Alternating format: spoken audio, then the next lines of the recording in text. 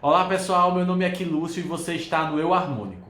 E hoje eu trouxe o Clé Júnior para a gente conversar a respeito do filme Midsommar. Na verdade, para conversar mais especificamente sobre o casal de namorados que tem nesse filme. Clé Júnior é estudante de psicologia e também tem um canal aqui no YouTube, um canal muito interessante, eu recomendo. Se inscrevam. Então, vamos começar?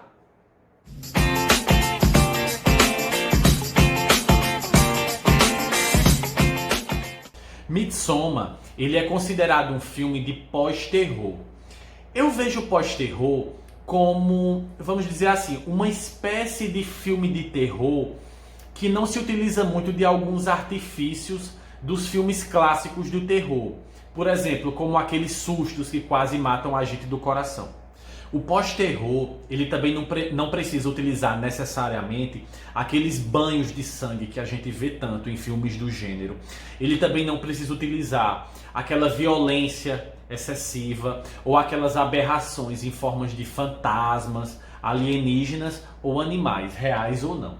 Os personagens, eles são mais profundos, menos genéricos, possuem mais personalidade, né?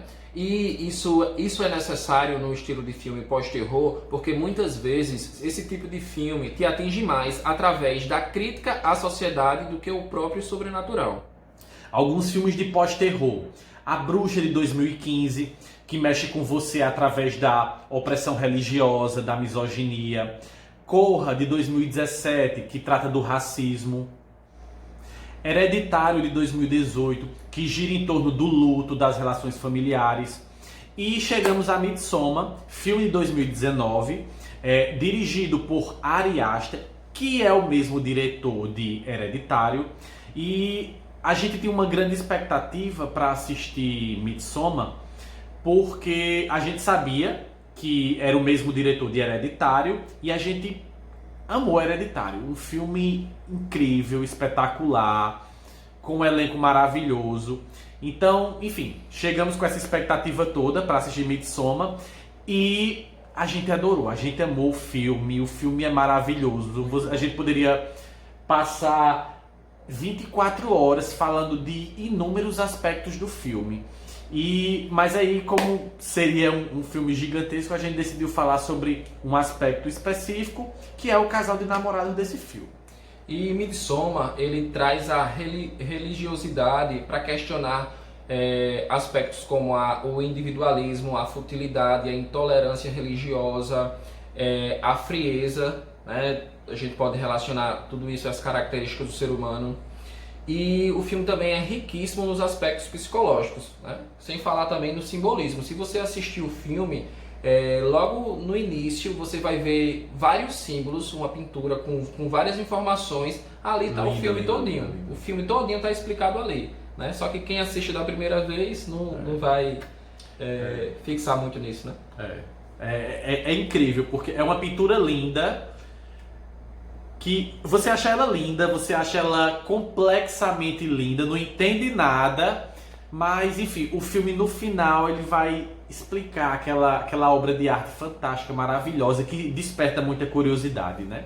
No filme a gente tem Dani, a protagonista, que inclusive é estudante de psicologia, psicologicamente frágil.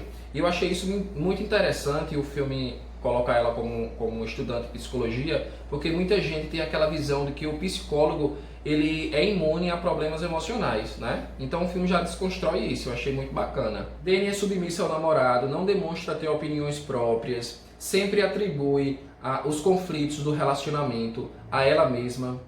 E para piorar, Dani tem uma irmã com transtorno bipolar, que vive ameaçando se matar, e isso gera ataques de pânico nela. E o que eu pude perceber logo no início do filme é que ela tem uma dificuldade muito grande de expressar seu sentimento, de mostrar o que está sentindo. É tanto que logo no início, quando está tudo acontecendo, quando ela recebe as mensagens da irmã dela ameaçando se suicidar, ela reluta em ligar para o namorado, né? E isso eu percebi que ela não se sente acolhida verdadeiramente por ele. Ela já não tem a família como base de acolhimento, de proteção, né? Então, o que ela achava que ela tinha como base era esse namorado. Mas a gente percebe em várias atitudes durante o filme que ele não está muito aí para o que ela sente, né? Então eu percebi isso. É uma cena que marcou, né? Ela relutando para poder ligar para ele e falar sobre a situação, né? E quando ela liga pra ele, ela se sente culpada, né? Porque ligou pra ele, aí já liga pra uma amiga, perguntando assim: caramba, eu aperreio ele demais, eu vivo ligando pra ele pra contar dos meus problemas. Ele falou que me amava agora de um jeito diferente. Será que ele tá pensando em me deixar? Será que ele tá de saco cheio de mim?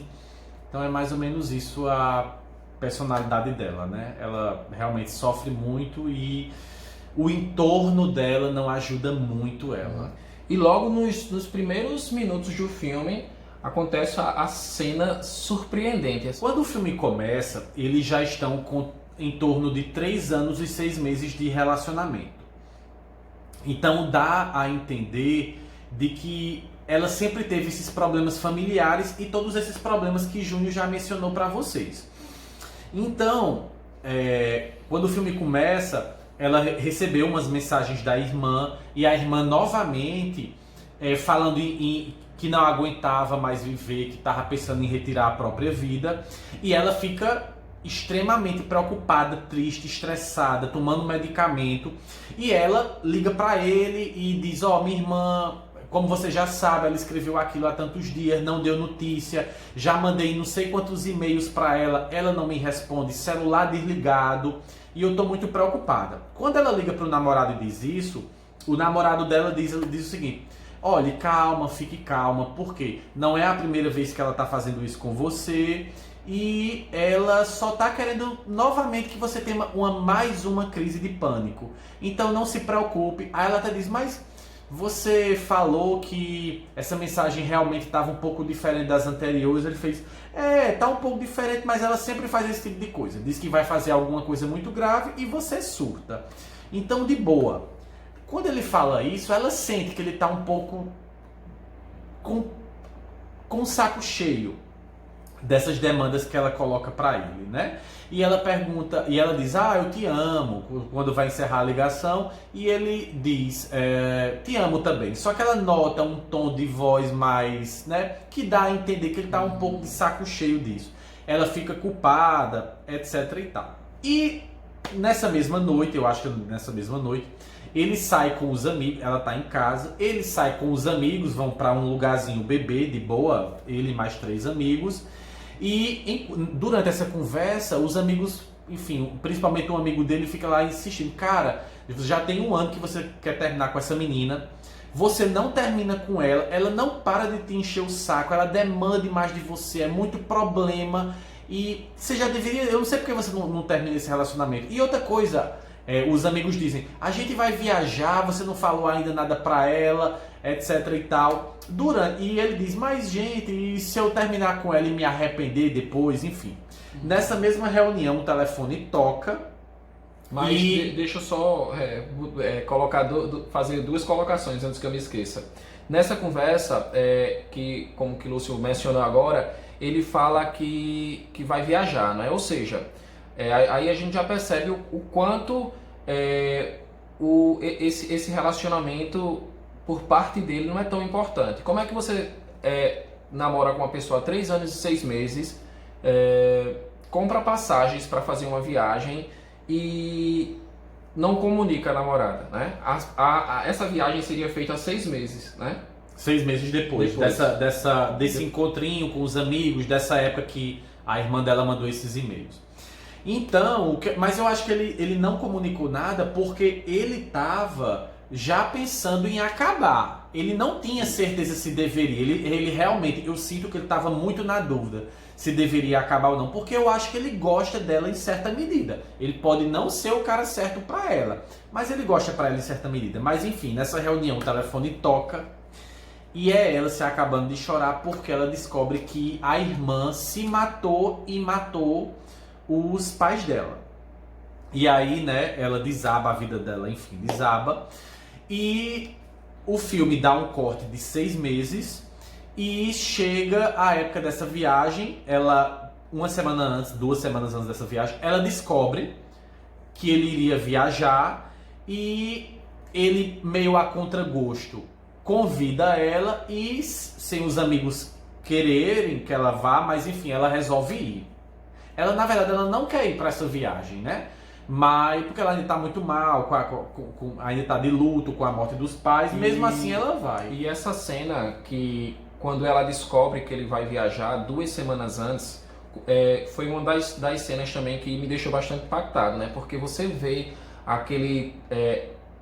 ela mesmo se humilhando porque ela se sentiu culpada por questionar ele, porque ela não estava sabendo dessa viagem 2 meses antes. Então ela teve que implorar, quase se humilhar para que ele não fosse para casa, porque ela não queria ficar sozinha. Para você ver o quanto ela era dependente emocionalmente dele. O que é essa viagem?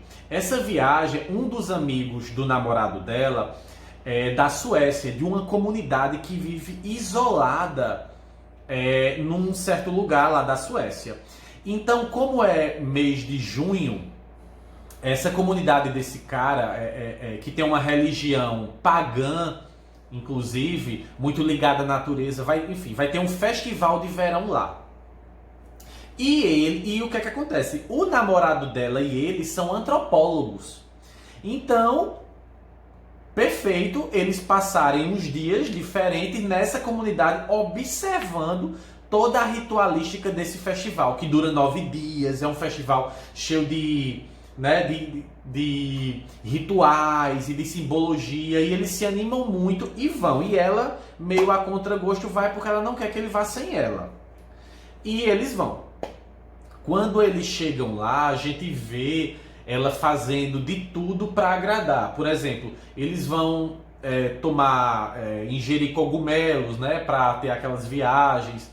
Aí ela não quer, mas enfim, ela acaba cedendo. Ela cedendo. Ela tem aquela, ela tem uma bad trip porque ela experimentou os cogumelos. Ela fica mal, fica achando que algumas pessoas estão mangando dela, enfim.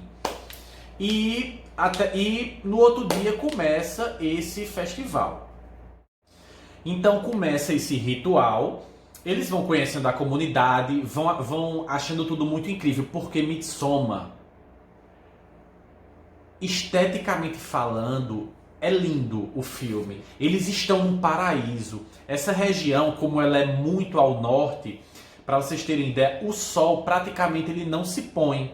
Então o dia, mesmo quando chega 9 horas da noite, o dia está super claro, que é o que eles chamam de sol da meia-noite, enfim.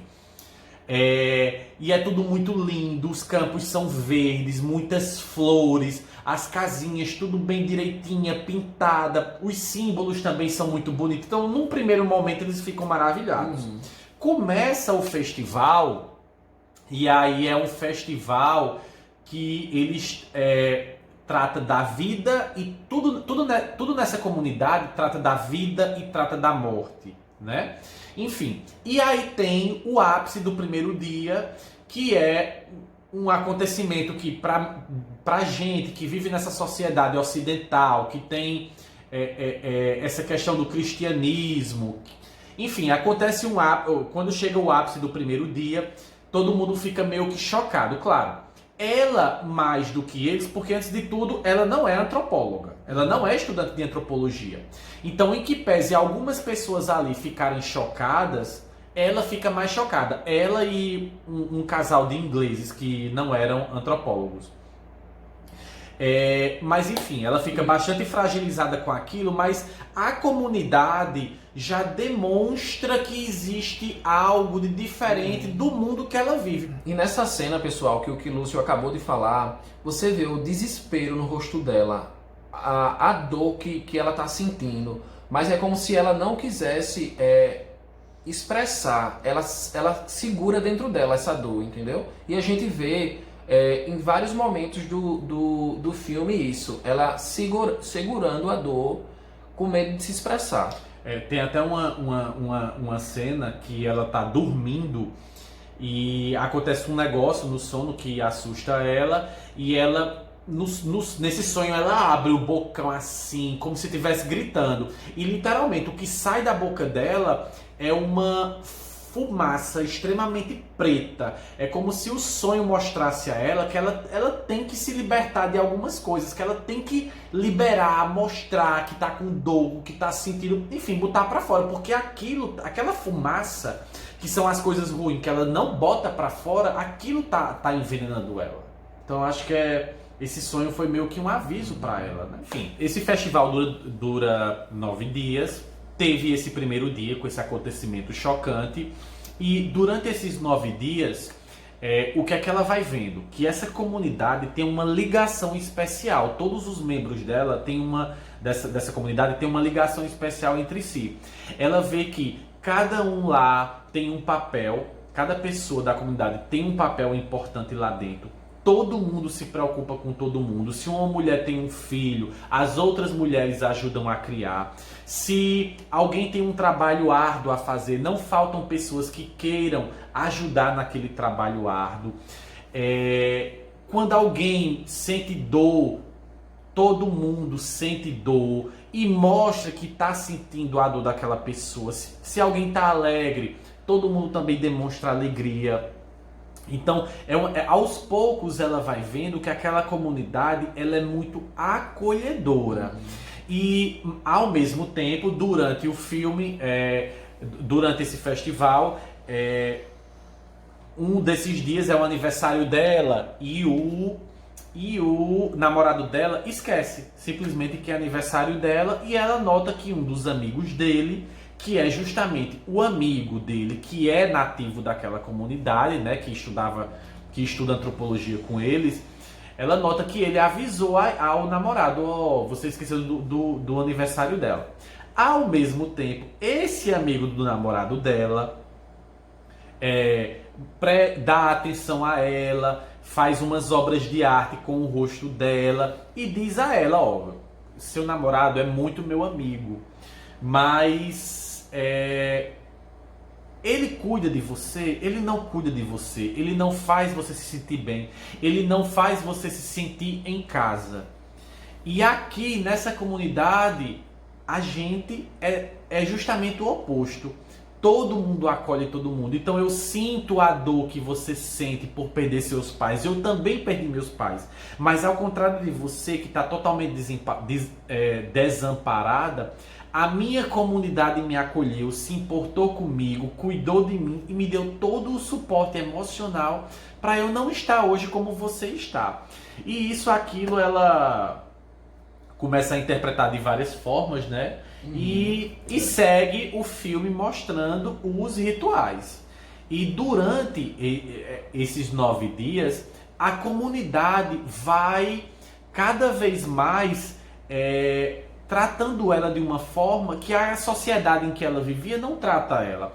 As pessoas são gentis com ela, as pessoas chamam ela para participar das atividades diárias da comunidade, e tem até que chega um festival, que é uma atividade nos últimos dias de festival, que tem que ser escolhida a Rainha de Maio. Então, ela é chamada para participar da brincadeira, vestem ela como sendo da comunidade, explicam para ela, sorriem para ela durante todos esses dias. Eles abraçam ela, dão atenção a ela, e ela vai... É como se algo fosse mudando dentro dela, né? As consequências psicológicas disso, eu acho que aos poucos a cabeça dela vai processando. Caramba, quando ela recebe um abraço, ela fica até sem saber como reagir, né? Porque eu acho que ela não deve ser muito abraçada, né? E são atitudes simples que a gente percebe dentro dessa comunidade, até desde de botar um avental nela, que você percebe que ela sente de uma maneira diferente. Uma mulher durante o filme pede licença para colocar o avental nela, porque ela está cozinhando. Interessante que no meio do filme, e isso quando vocês assistirem o filme vocês vão entender, uma pessoa mente dizendo que o noivo de uma das pessoas de fora da comunidade que estava lá foi-se embora e deixou a noiva, enfim. E ela olha pra ele, a Dani olha pro namorado dela e diz assim: eu imagino você sendo capaz de fazer isso. E ele pergunta o quê? E ela: não, deixa pra lá, não sei o quê. É interessante essa parte porque é como se você já percebe que ela já está se sentindo acolhida naquele ambiente, entendeu? E É com como coragem de falar alguma coisa. isso, ela já começa a se expressar, ela já começa a se sentir pertencente de algum lugar, entendeu?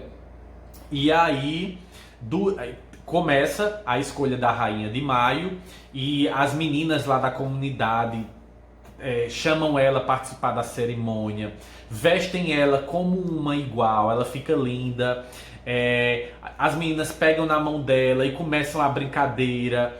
E você nota que inclusive ainda Dani tá lá se esforçando para ganhar a competição e ela dançando lá e ao mesmo tempo olhando, tentando encontrar o namorado dela para ver se ele tá vendo ela na brincadeira. E tem uma parte que ela consegue encontrar ele, sabe onde ele tá, mas ele não tá nem aí.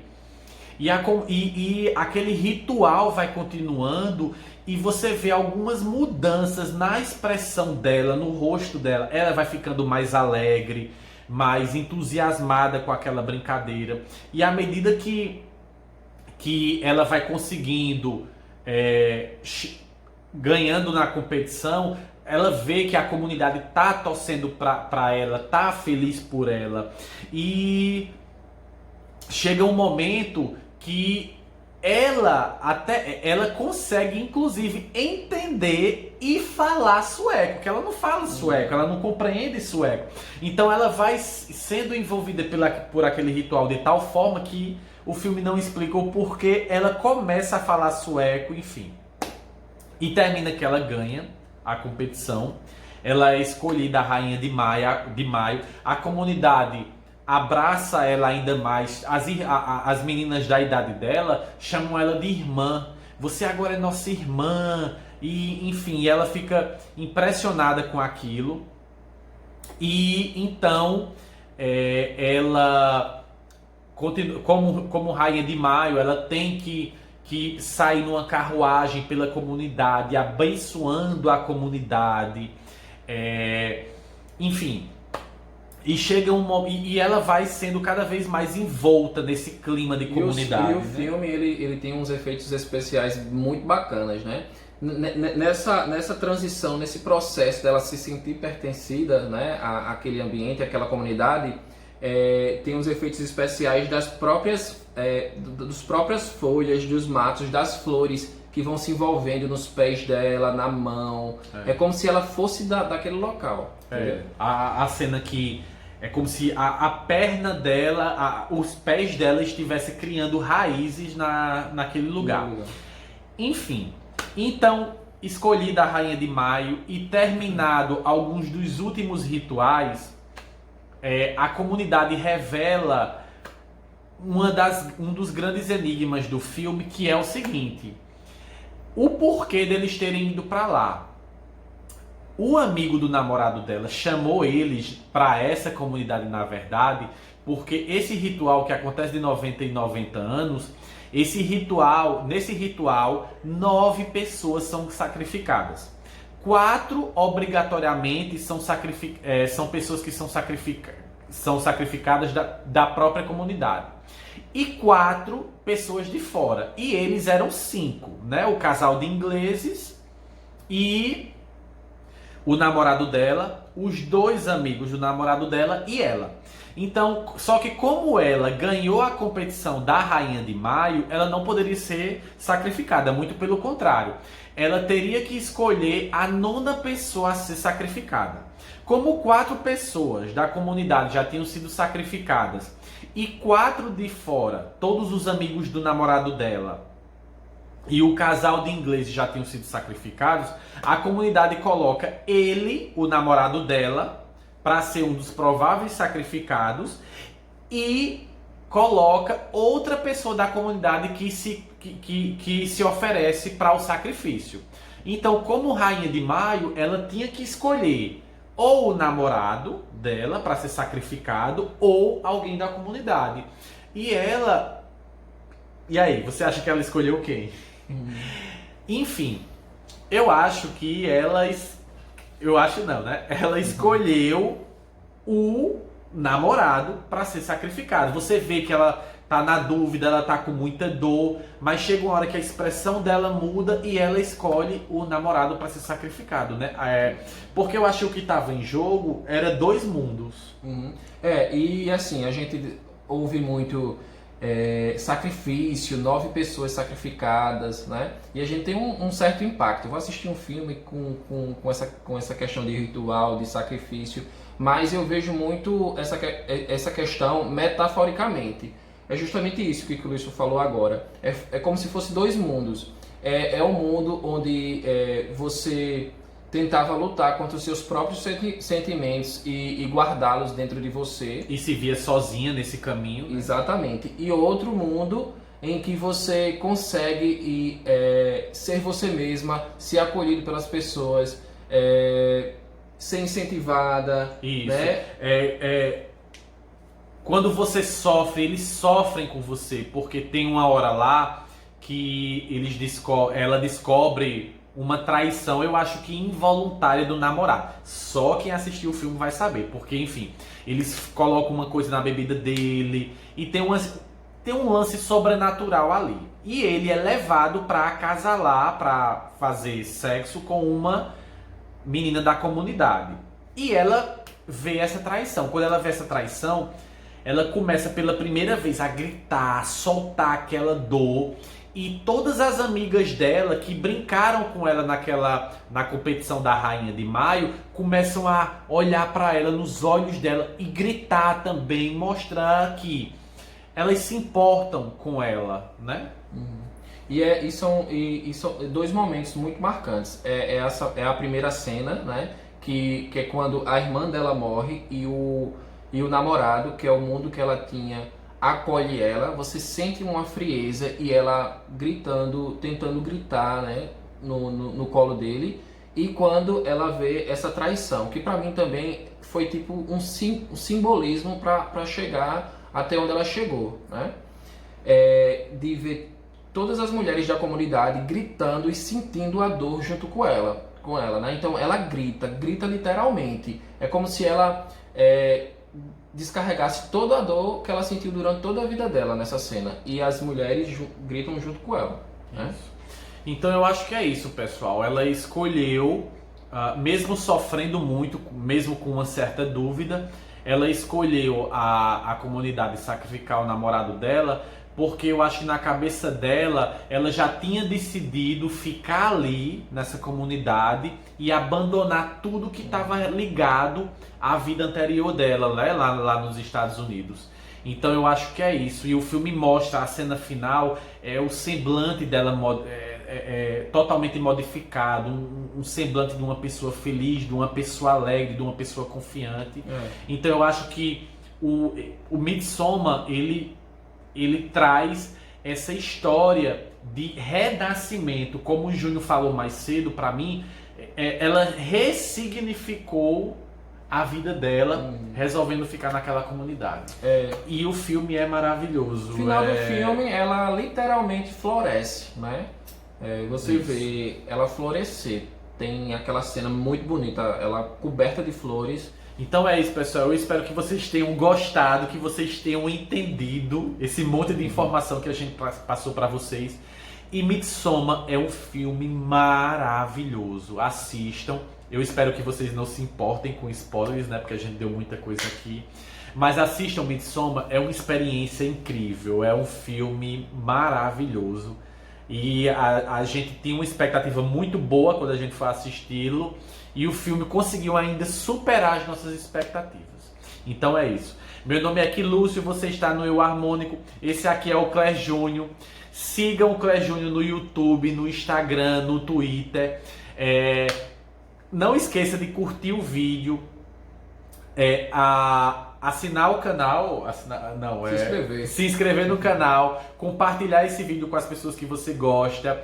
E é isso, segue a gente aí nas redes sociais, tá bom? Tchau!